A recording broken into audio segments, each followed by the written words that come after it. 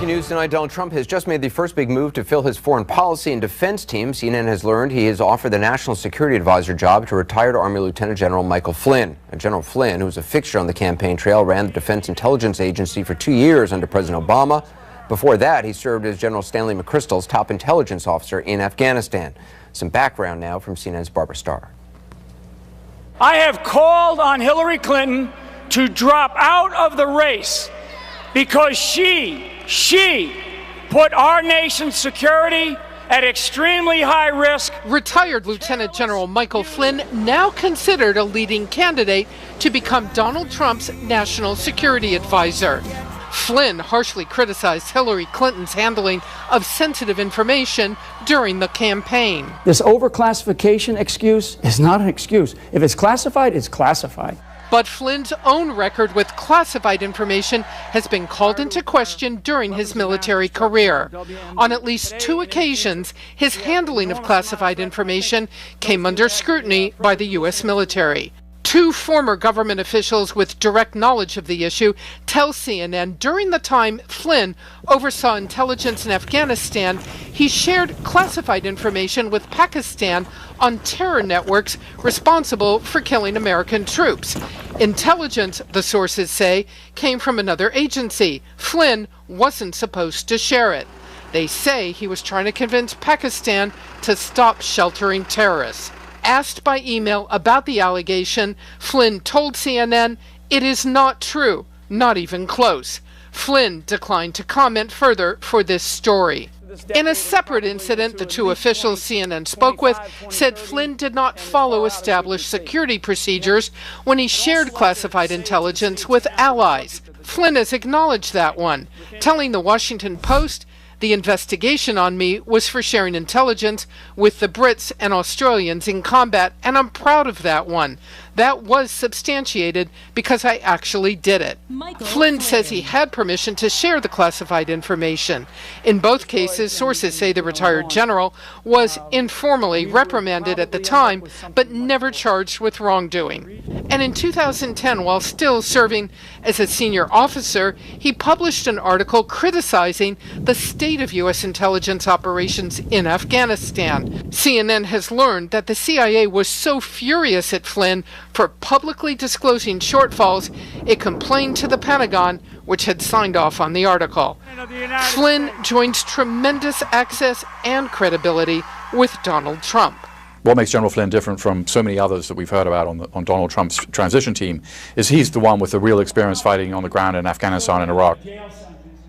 Well, that was Barbara Starr reporting, and so the breaking news tonight, Donald Trump has offered the National Security Advisor job to General Flynn. On the phone now is CNN military analyst, retired General Mark Hertling, and back with us also is Jeffrey Lord. General Hertling, what do you make of this offer to General Flynn? What's he like? Well, I know Mike from, we were general officers together. We served in Iraq together. He's a career intelligence officer. He's very intense and passionate about the collection, assessment, dissemination, and the use of intelligence. He has lots of time as a staff officer. I knew him when he was the intelligence officer for JSOC, and we were working together in the northern part of Iraq, serving. He was giving us information on targets as well as working with General McChrystal. But as he passes into the NSA role, he's going to have to be the smartest guy in the room, taking after folks like Kissinger, Scowcroft, Haig, Condoleezza Rice, Brzezinski. He's got to build consensus with some heavy hitters like the SecDef, the SecState, the Vice President, the Chairman of the Joint Chiefs, and he's got to help the President find the right solutions for some of the most difficult military and diplomatic problems that he'll face. So this is a guy that's going to have to broaden his experiences from just collecting and disseminating military intelligence to getting into the strategic coordination and synchronization from many diverse resources. And he's going to have to be the guy that stands up in the room and builds consensus among some folks with some big egos and some big power plays. General Hertling, there were some who expressed surprise at the level to which General Flynn went out for Donald Trump on the campaign trail. Some of the things he said about Hillary Clinton, about Obama. Were you surprised by that? And do you think he's up to this job? I was, Anderson. I thought some of the things that he did say on the campaign trail were somewhat unprofessional and a little bit too passionate. It's one thing to support a candidate. It's another thing to lead choruses of lock her up, as he did at the Republican convention. And he did get quite a bit of backlash from several active military general officers for the extent that he went in terms of campaigning for the president-elect. But, everybody chooses their own path. And even though he took a lot of feedback from serving general officers and some retired general officers, that's the way he thought he should go in supporting this particular candidate. And I think part of it was he had such a disdain for the president at the time that contributed to some of his commentary as well. Is it clear to you what happened to him in the Obama administration? Because I remember reading he had said he hadn't met with Obama for a long period of time as he was running the Defense Intelligence Agency. It seemed like he was frozen out at a certain point. No, I don't think you're going to see the director of the Defense Intelligence Agency meeting a lot with the president. And in fact, I don't think he had much contact at all with the president. In fact, he was asked at one point how many times he'd met with the president and didn't describe how many times that was, because it probably wasn't much. I mean, he filters all the defense intelligence through the chairman of Joint Chiefs, and it's one of many realms of intelligence the president gets. So it's again, that's the consensus piece of intelligence building when you get in the Oval Office. It's not only the national intelligence, it's CIA, it's DIA, it's NSA, it's NRO, and all the different intelligence agencies coming together.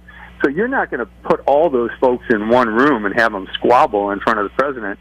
So I don't think Mike really had a whole lot of input directly to the president, but I felt he probably felt the president did not give him due justice when he provided some information on ISIS as it was building, and I think he held that against the president for the rest of the time in. But again, his boss at the time was the director of national intelligence, and I think there were probably some issues with personalities between the various intelligence chiefs at the time. I also want to bring in Reza Aslan, a professor of the University of California, Riverside, adjunct senior fellow at the Council on Foreign Relations and host of CNN's upcoming documentary series, Believer. Reza, what do you make of General Flynn based on some of the things that he has said?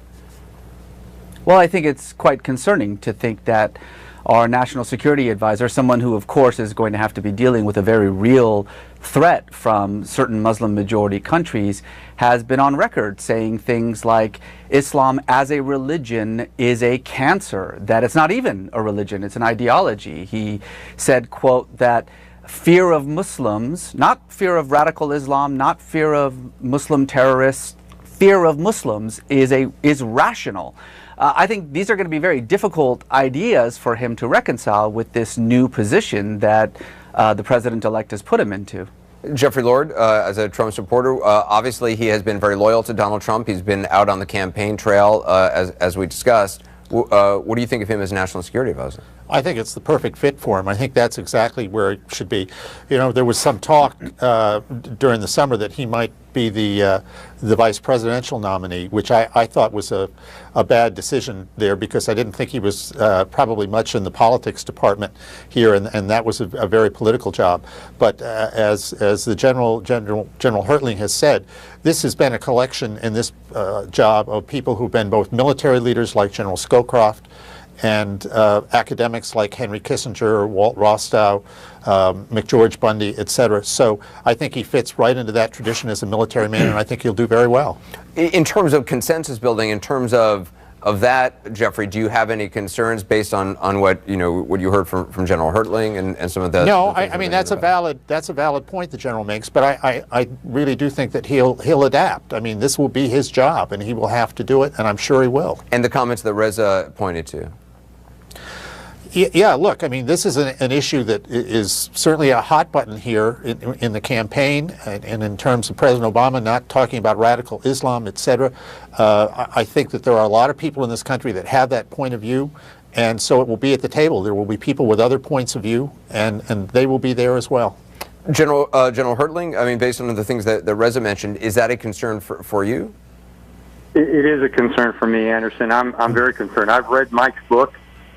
It was very concerning to me, some of the things he said in his book. I've seen some of the tweets he's tweeted out as well.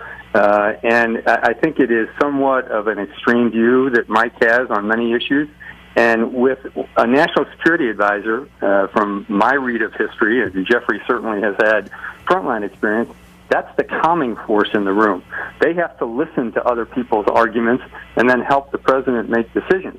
And in fact, sometimes when you have a bunch of people who think alike on the same team, you really need a contrarian to be the Napoleon's corporal and say, hey, let's think more about this. And Mike is a targeter. I mean, he has done tactical intelligence all of his life. He's worked for other people on their staff as their intelligence collector. He is going to have a very broadened view in this job, and it's going to be tough. Look, we're going to take a quick break. We're going to continue this conversation. If you can all stay with us, we'll be right back. According